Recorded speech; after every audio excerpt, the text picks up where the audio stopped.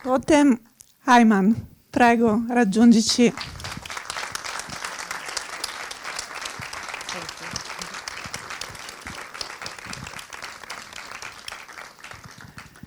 Grazie per questo film. La prima cosa che ti chiedo è come nasce l'idea di raccontare questa storia? Come avete trovato questa storia? Anzi, queste 3 storie, di cui una è arrivata alla fine. So it was a boiling point back then in Israel. There was tension coming from Gaza, riots, and everything also inside the country, because I think that what we're used to in Israel is the tension that we have from West Bank and from Gaza, but all of a sudden in 2021, as happened before, but it rise that we felt tension between the Palestinians who live in what we call Israel, and the mixed cities as Lod and Jaffa and Akko for Jerusalem, for who knows,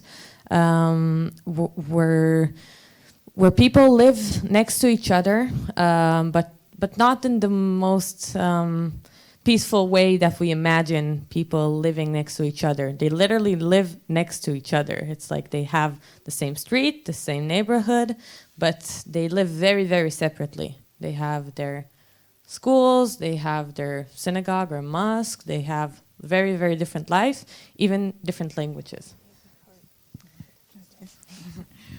Nel 2021 siamo arrivati era un momento molto caldo, c'erano moltissime proteste in tutto il paese. Di solito eravamo abituati a vederle principalmente in Cisgiordania, Gaza, ma appunto erano veramente in tantissime città, e soprattutto anche appunto in queste città miste come Lod, come abbiamo visto nel film, dove le persone israeliane e palestinesi vivevano uno accanto all'altro, non pacificamente, ma letteralmente uno accanto all'altro, però nel senso nella stessa via, ma magari avevano delle vite molto diverse, scuole diverse, sinagoghe diverse, moschee, quindi una vita proprio separata.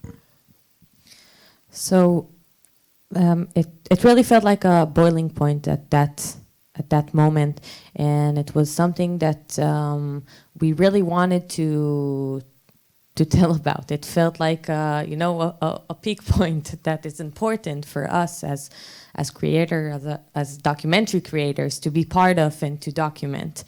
And the executive producer of the film, Sheila Nevins, and Hila, the director, were very close, and they sent during this time. Sheila is living in the US, and during this time she checked with Hila how is she doing, and they sent media one to another, and they were both seeing the article about Igal's family and Igal's death, and Randa, who got the kidney, and how this circle of violence suddenly becomes a circle that has different aspects to it, and it has some kind of hope in it in this situation. Come dicevo prima, appunto era un momento molto, molto caldo, e noi l'abbiamo voluto raccontare perché pensavamo fosse molto importante che appunto noi come documentaristi lo vivessimo, ma anche lo documentassimo. La regista e la produttrice si sono sentite, diciamo, hanno parlato e hanno letto un articolo proprio sulla morte di Yigal e del fatto che lui avesse donato il rene a Randa. Quindi questo cerchio di violenza in realtà poi si è trasformato in un cerchio di speranza. So it was very important for us to tell this specific story, and while we approach them, we actually Hila sent it to me. I was the line producer of the project, and she told me, okay, this is Randa, find her. And I was just calling one of the hospital, Hadassah Hospital, that she was in, and they told me that she just got released. And that's how, after we got her phone number and were able to approach her. And through that, we also, not through them, but we also approached Igal's family. And through the process of interviewing Igal's family, Ira, Effie, and everybody you saw here, we actually discovered about Musa's story. It came after, even though the chronological story is starting with Musa, because this was the event. It happened, he got killed at the 10th of May, and Igal only on the 11th, because of how the process of press in Israel is working. We literally didn't hear about this story because, unfortunately, this is the situation, but we don't hear about every person who dies because other were acting of self-defense, I would say. So that's how we got to these stories.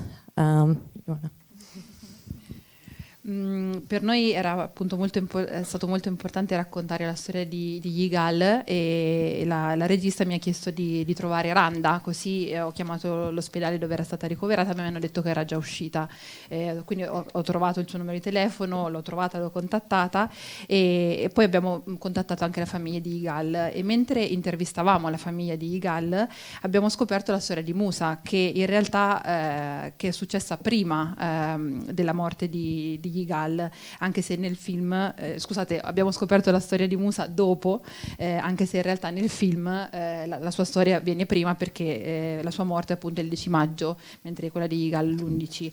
E questo ci fa capire anche come in realtà nella stampa israeliana noi non veniamo a conoscenza di tante storie di persone uccise, come dire, in autodifesa, no? Tra virgolette. Ecco. E questa storia ci dice anche, appunto, l'hai già accennato prima, di questa convivenza nelle città miste. Mi dicevi che tu non sei tanto d'accordo con la definizione di mista, perché appunto le persone vivono in modo separato e la barriera più grande è quella della lingua. Voi però come team lavorate in team misti dove ci sono israeliani e arabi, e voi lo fate lo sforzo di comunicare. Raccontaci un po' come succede questa volontà o non volontà di comunicare.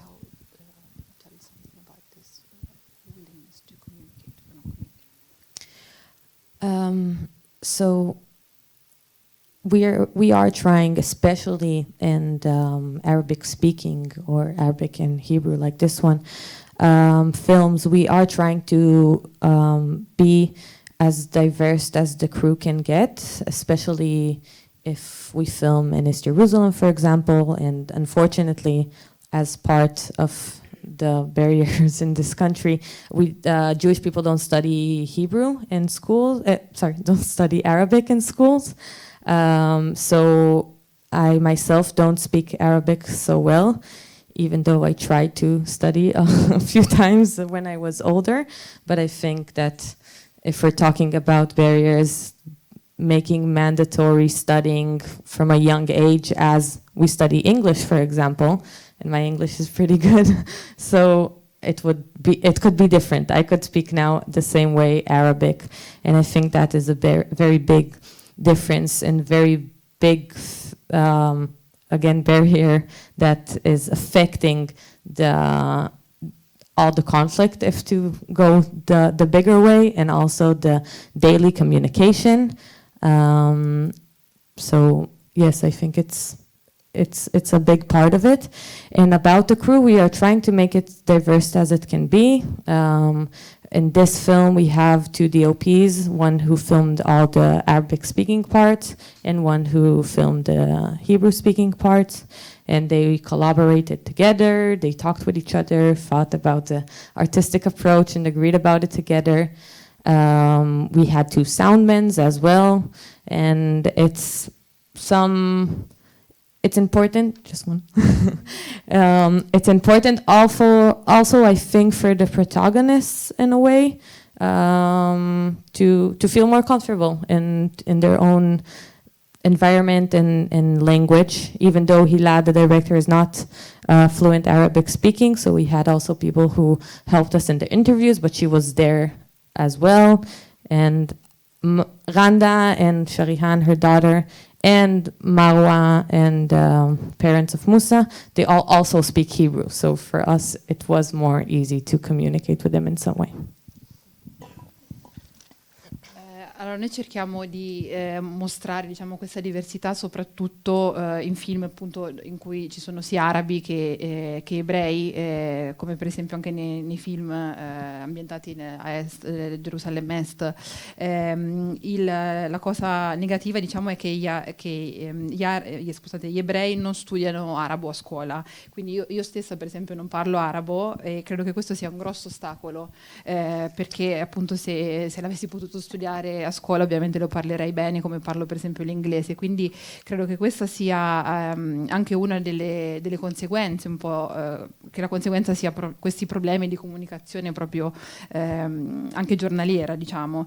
Il nostro team è molto diverso, molto variegato, e quando abbiamo girato il film c'erano due crew diverse, due troupe con cui comunque ci scambiavamo continuamente idee, parlavamo del nostro approccio artistico e credo che sia importante anche per i protagonisti, per sentirsi più a proprio agio, avere qualcuno che parla la propria lingua, che conosca, diciamo, il loro ambiente. La regista per esempio non parla arabo, non è molto fluente in arabo, però comunque c'era sempre qualcuno appunto ad aiutarla, però per esempio è stato più facile riprendere e parlare con Randa, per esempio con Musa, perché loro parlano anche ebreo.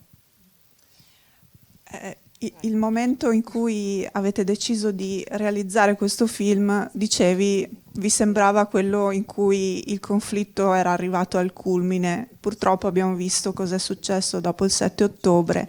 Il film è uscito circa un anno fa, a maggio, e da allora lo state portando in giro.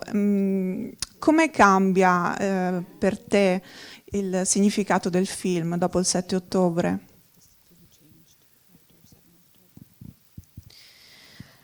So I think this film is always relevant because I think the conflict is existing since 1948. I mean, it's a long time already. I'm bad at math, but 70-something years, and it's always there and it's always relevant. And as I said before, people always die and people always kill.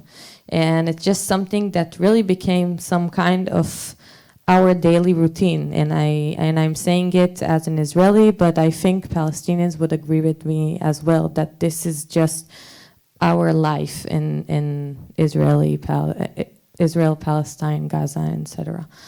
I need a reminder of the question.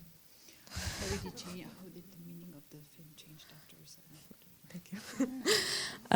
So I think that since what happened, it's just from how it was. I think that this film is bringing some hope at the end. It does say some or send something outside of saying, hey, we as individuals, as these free stories, it's true that they're grieving now. It's true that their loved ones are not with them, but they are still there next to each other and living together and appreciating each other and communicating with each other. Doesn't matter what language, for instance, that I said before, that does matter. They are this together. And I think that for me, from this film that was very hurting and does have some hope sending outside, but now it's mainly hope. That's what I hold on in a way. This film is reminding me that humans and human rights and even before human rights as a subject, humans as humans are our answer, you know? It's hippie, but I truly believe in humans, in people. I really think that we are the solution and we know how to love and we know how to hate, but at the end people just want to live their life and grow their children and then their grandchildren and I don't know, eat and stuff like this that are very basic. So I think that is the thing that I hope or want to say that could change for me going with this film around the world since 7th of October. Credo che questo film sia sempre attuale, la guerra, cioè questa situazione di conflitto va avanti comunque dal 1948, quindi è parecchio tempo. Nella nostra vita quotidiana le persone muoiono continuamente, le persone vengono uccise continuamente, lo dico come israeliana ma qualsiasi arabo sarebbe d'accordo con me. Credo che comunque questo film alla fine ci dia un messaggio di speranza. È vero, c'è del dolore nel film, indubbiamente, ma queste persone alla fine vivono una accanto all'altra, si apprezzano, comunicano anche se parlano lingue diverse, quindi appunto sì, c'è sicuramente il tema del dolore, ma c'è anche molta speranza, soprattutto in questo momento. Credo molto nei diritti umani, credo proprio nell'uomo, credo che le persone siano la soluzione, perché le persone sanno odiare ma sanno anche amare. E penso che alla fine tutti noi vogliamo semplicemente vivere la nostra vita, veder crescere i nostri figli, i nostri nipoti, vogliamo vivere di cose semplici, ecco. Quindi penso che appunto il messaggio del film, soprattutto in questo momento, sia la speranza. Da gennaio... Cioè.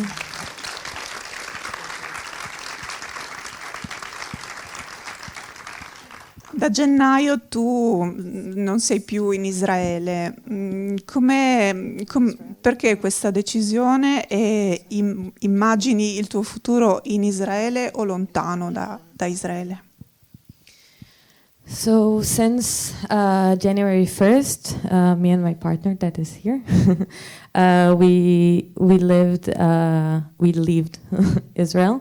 Actually, we planned in advance to take a year off because also, again, before it was a place that need to take a year off from, and especially after everything that happened that affected us in a lot of ways, mentally and mainly mentally, but it became very difficult to stay for me, especially in Israel, even though we lived in Tel Aviv, that is like the bubble of all of this.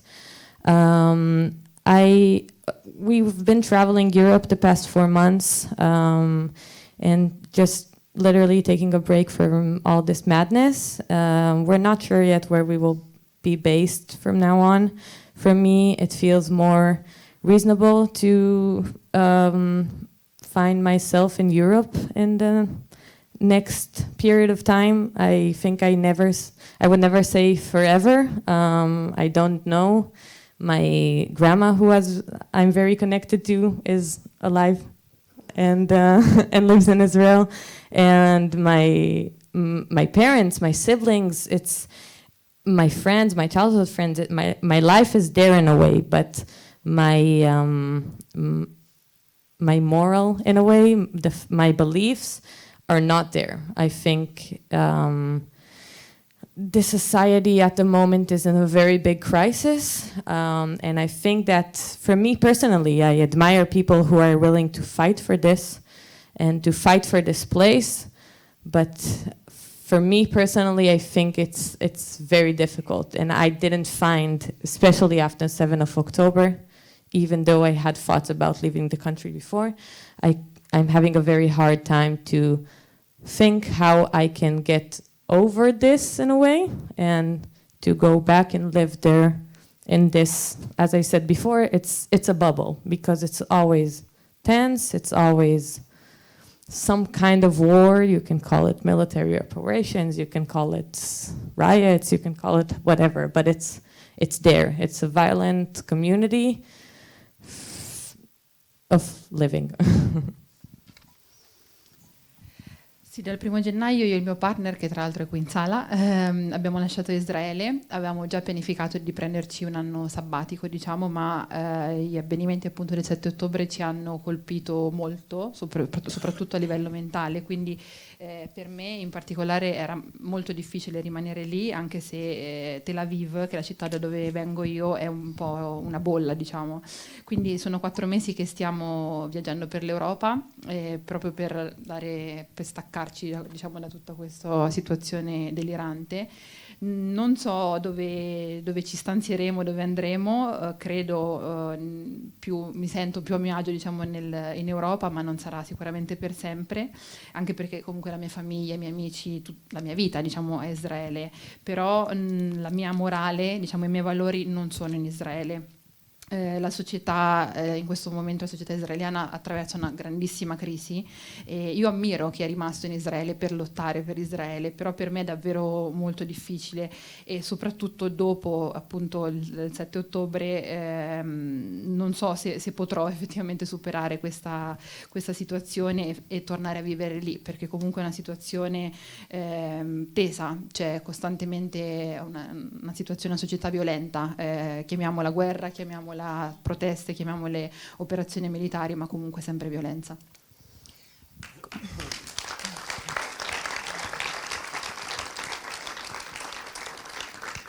Faccio ancora una domanda e poi lascio al pubblico, se ci sono domande pensateci.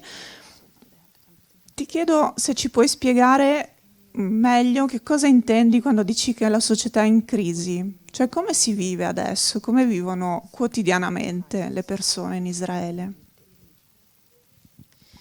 Okay, so I think that as a Jewish Israeli, I can speak for who I am and not for the Palestinians that are feeling very differently in this situation, I think. I think that the Jewish Israelis in Israel at the moment are going through a very big crisis because it's not only the war all around, there's also a very big tension between the Jewish Israelis, and it kind of defines to right and left wings, but everything becomes political in such a country. So even everything that is happening with the hostages that are still left in captivity in Gaza since October 7th, it's been 6 months of 133 people. It became lefty to think that the priority of the government needs to be to bring these people, including women, including elderly, back home. It really became left-wing to believe in this. And on the other hand, the right wing, that for me, I have a harder time to feel comfortable with their identity or what they believe, but they think, for example, that giving prisoners from the political prisoners, Palestinians from the Israeli jail for these hostages is something that just cannot be, because for them they're all murderers and they cannot go out. So everything becomes political. Whoever believes in the government, who is religious, who is not religious, I think it's just a very uncomfortable situation that even in there was last week a protest of, again, like bringing back the hostages, what will be called the left protest. And there was a man, right wing, who just ran over 5 people. And I think this is it, you know, like you cannot find comfort in the people that are even closer to you. I think we're also very similar to Palestinians, but even your own people, you know, the Jews, the Israelis, you cannot find comfort in them because we became enemy inside of each other. And yes, your turn. Io posso parlare ovviamente nella mia prospettiva come ebrea, magari i palestinesi la penseranno sicuramente diversa, però appunto come dicevo in Israele c'è una profonda crisi al momento, non solamente per la guerra ma proprio per delle tensioni interne. Non c'è, è diventato praticamente tutto politico, anche la questione per esempio degli ostaggi. Allora, se pensi che la priorità sia liberare questi 133 ostaggi, allora sei additato come una persona di sinistra. Invece quelli di destra per esempio pensano che, con cui io faccio davvero fatica a rapportarmi a livello di credenze, di pensiero, pensano che non bisogna scambiare gli ostaggi con i prigionieri politici perché sono tutti degli assassini. Quindi appunto è diventato tutto politico, se si crede nel governo, se non si crede, se si è religiosi, se non si è religiosi. Quindi è davvero una situazione di poco confortevole, diciamo, in cui vivere, abbastanza scomoda. Ad esempio la settimana scorsa c'è stata una protesta per gli ostaggi, a favore degli ostaggi, e una persona, diciamo, di destra è passata sopra con l'auto a 5 persone, per cui è diventato difficile vivere anche tra noi ebrei, diciamo, siamo diventati l'uni gli nemici degli altri. I would just like to add one more thing, that I do want to clarify that I could never judge somebody who lost his loved ones in the 7th of October or in any other terror attack, or from the other side, the Palestinians who are suffering from the occupation forces. I think that people are acting in a way that can be dehumanized because the situation is like this. And I'm not judging the thoughts of the people, I'm just judging us as a society. Sicuramente non posso permettermi di giudicare coloro che hanno perso qualcuno di caro, sia il 7 ottobre, ma anche, diciamo, negli altri attacchi terroristici, anche i palestinesi che vivono nei territori occupati, ma penso che le persone si comportino così in maniera, diciamo, deumanizzata proprio a causa della situazione. Quindi non sto giudicando il pensiero, ma sto giudicando appunto la situazione in generale. Sì, ecco. Complimenti per il film. Mi chiedevo, vedendo il film, quanto è un film che dà una speranza, una piccola speranza, quanto questa speranza è stata costruita con un intento registico del film e quanto invece esisteva già autonomamente. È stata una costruzione che voi avete in qualche modo creato, o avete documentato qualcosa che stava già accadendo per conto proprio? Quanto questa speranza è stata costruita per il film, a favore del film? I think that also as documentary creators, one of the main thing is staying and stick to the reality. We are drawing and creating some narrative of the story. As I said, like there's the chronological story, but you have interviews that telling what happened before we started to film, and etc. At the end, every film is edited in some way and is a perspective of someone. But I think that our questions were very pure and very looking for, or seeking for, hearing what the protagonists of this film has to say. And for me, for example, Sharihan, the daughter of Randa, who is the next generation in a way, and she is holding so much hope in her words, and she's so smart and has such a strong political aspect and such a young age, and I think these are the kind of things that are giving us hope during the process.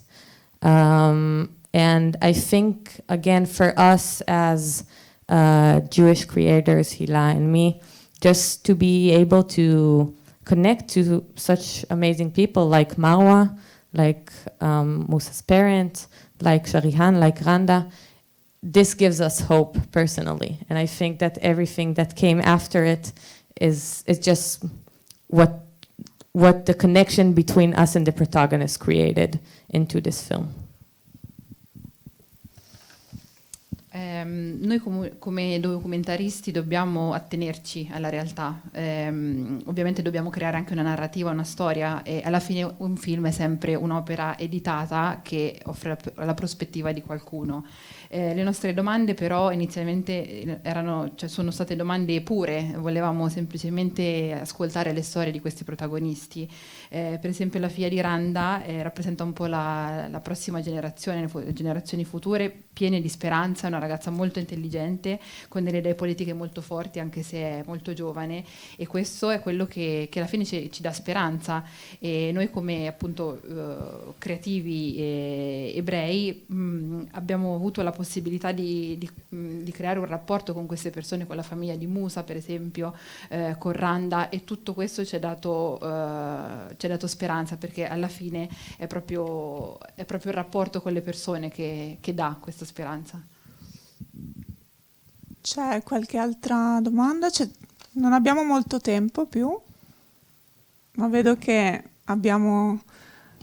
penso che tu abbia veramente dato a tutti noi questa sera un messaggio forte e importante. Andiamo a casa davvero, nonostante tutto, pieni di speranza. E io vi ringrazio per l'attenzione, per la partecipazione, vi aspettiamo naturalmente. Ok, è lei Sorry. che vuole fare un'altra dichiarazione. I just want to send you again with some kind of hope. I know that the film gives just something about it, but I want you to be some kind of delivery people for this message. And I truly hope that if not from Musa's and Igal's death, and Hussein and Lior, and 1,500 Jewish people who died since 7 of October, and 33,000 Gazans who died from the beginning of the war on 7 of October, and 133 Jewish hostages that are still left in captivity in Gaza and no connection with them for the past 6 months. I truly hope that at least you guys and us will be able to deliver better message to the world, and to put human rights as a priority, and to remember how to listen to your inner innocence, because I think this is our best guide inside of us. So thank you very much for being here. It really means a lot for me, especially nowadays. I truly appreciate it.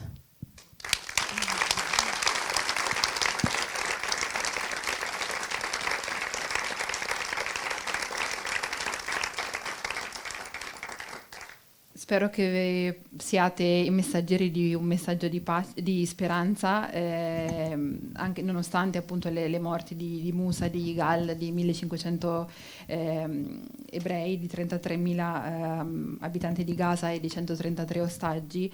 Almeno possiamo, diciamo, mandare un messaggio positivo, un messaggio di diritti umani, e ricordarci di ascoltare alla nostra innocenza interiore. Grazie mille per essere qui, lo apprezzo davvero molto.